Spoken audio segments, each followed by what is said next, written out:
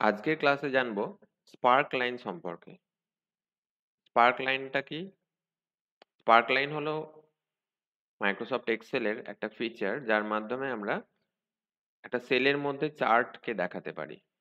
তো এই ক্লাসটা বোঝার জন্য তোমাদেরকে জানতে হবে চার্ট কি।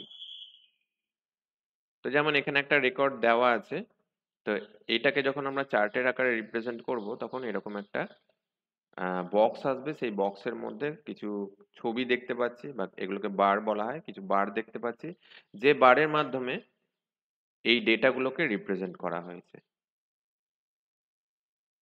তো এখানে একটা আলাদা বক্স চলে আসছে। যদি আমাদের কোনো বক্সের দরকার না হয়, আমি যদি চাই যে ছবির আকারে এই ডেটাগুলো রিপ্রেজেন্ট হোক কিন্তু একটা সেলের মধ্যে থাকুক, তাহলে সেক্ষেত্রে স্পার্ক লাইনটা ইউজ হয়। তো স্পার্ক লাইনটা কিভাবে ব্যবহার করব? প্রথমে যে ডেটাটার উপর স্পার্ক লাইন ইনসার্ট করতে চাইছি সেটা সিলেক্ট করব। এটা যদি প্রথমে সিলেক্ট না করো তাও কোনো প্রবলেম নেই, কারণ এটা পরেও সিলেক্ট করা যায়। এবার ইনসার্ট ট্যাবে যাব। স্পার্ক লাইন একটা গ্রুপ আছে, সেই গ্রুপের মধ্যে তিনটে অপশন দেখতে পাচ্ছি: লাইন, কলাম আর উইন লস। তো স্পার্ক লাইন গ্রুপটা যদি তোমরা মাইক্রোসফট এক্সেলের 2016 ভার্সন ইউজ করো তাহলে এই গ্রুপটা দেখতে পাবে, কিন্তু যদি 2007 ভার্সন ইউজ করো এই গ্রুপটা তোমরা দেখতে পাবে না। তো প্রথমে এর মধ্যে থাকা কলাম, এই কলাম স্পার্ক লাইনটা নেব। তো ক্লিক করলাম। প্রথমে দেখো ডেটা রেঞ্জ দেখাচ্ছে, ডেটা রেঞ্জে লেখা আছে B3:D7, অর্থাৎ এই রেঞ্জটা আগে থেকেই দেওয়া আছে। যদি না দেওয়া থাকতো, অর্থাৎ আগে থেকে যদি আমি সিলেক্ট না করে রাখতাম, এই রেঞ্জটা আমি দেখতে পেতাম না। তো সেক্ষেত্রে এখানে টাইপ করে নিতে হতো। আর আরেকটা হচ্ছে লোকেশন রেঞ্জ, অর্থাৎ কোন জায়গায় আমি স্পার্ক লাইনটা দেখতে চাইছি সেটা জানতে চাইছে। তো লোকেশন রেঞ্জ এই টেক্সট বক্সে ক্লিক করলাম। এবার স্পার্ক লাইন্স যে জায়গায় আমি দেখতে চাইছি, অর্থাৎ E3 থেকে E7 এই অংশটুকু সিলেক্ট করলাম। তাহলে এই রেঞ্জটা চলে এলো লোকেশন রেঞ্জের মধ্যে। এবার ওকেতে ক্লিক করলাম। তাহলে দেখো এখানে চার্ট দেখতে পাচ্ছি কিন্তু সেলের ভেতরে।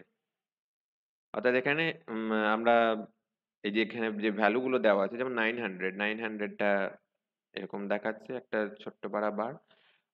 1100টা একটু বেশি ভ্যালু, তার জন্য একটু বড় বার দেখাচ্ছে। আর 800টা অনেকটা কম, মানে সবার থেকে কম, ওই জন্য ছোট একটা বার দেখাচ্ছে।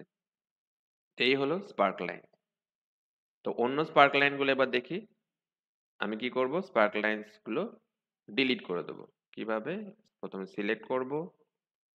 এখানে দেখো স্পার্ক লাইন গ্রুপ আছে, স্পার্ক লাইন গ্রুপের আন্ডারে স্পার্ক লাইন ট্যাব আছে, স্পার্ক লাইন ট্যাবের আন্ডারে আছে গ্রুপ।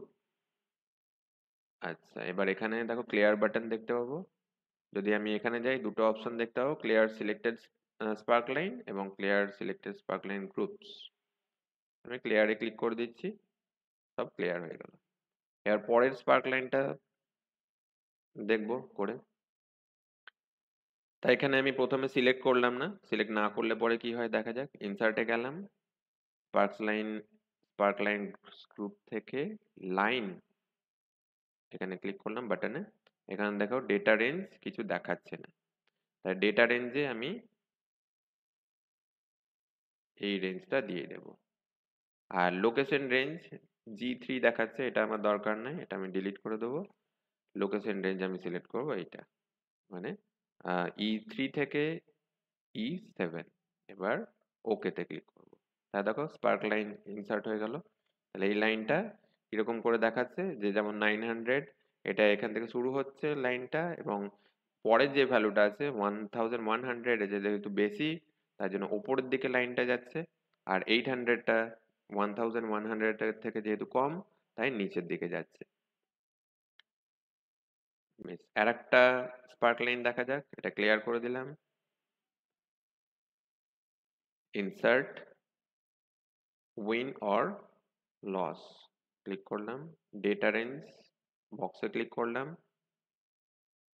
রেঞ্জ সিলেক্ট করলাম অর্থাৎ B3 থেকে D7, লোকেশন রেঞ্জ এটাকে মুছে দিব, তারপরে লোকেশন রেঞ্জ সিলেক্ট করব এখান থেকে, ওকে। এইরকম ধরনের বার দেখাচ্ছে। এবার কোন একটা ভ্যালুকে চেঞ্জ করছি, ধরো 600 যেটা আছে এটাকে আমি -600 করলাম। তা দেখো রেড কালারের একটা বার আসছে, যেটার মাধ্যমে আমি বুঝতে পারছি এটা নেগেটিভ ভ্যালু, কারণ নিচের দিকে বারটা চলে গিয়েছে। এটাও ধরো এরকম নেগেটিভ করে দিলাম। তাহলে এখানে বারটা দেখে বুঝতে পারবো যে কোনটা নেগেটিভ ভ্যালু কোনটা পজিটিভ ভ্যালু। তো এই হচ্ছে স্পার্ক লাইন্স।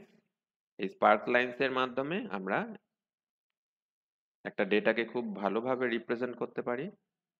তো আশা করি বোঝা গেল। চ্যানেলটা সাবস্ক্রাইব করবে আর ভিডিওটা ভালো লাগলে লাইক অবশ্যই করবে। তো আজকের মতন এটুকুই।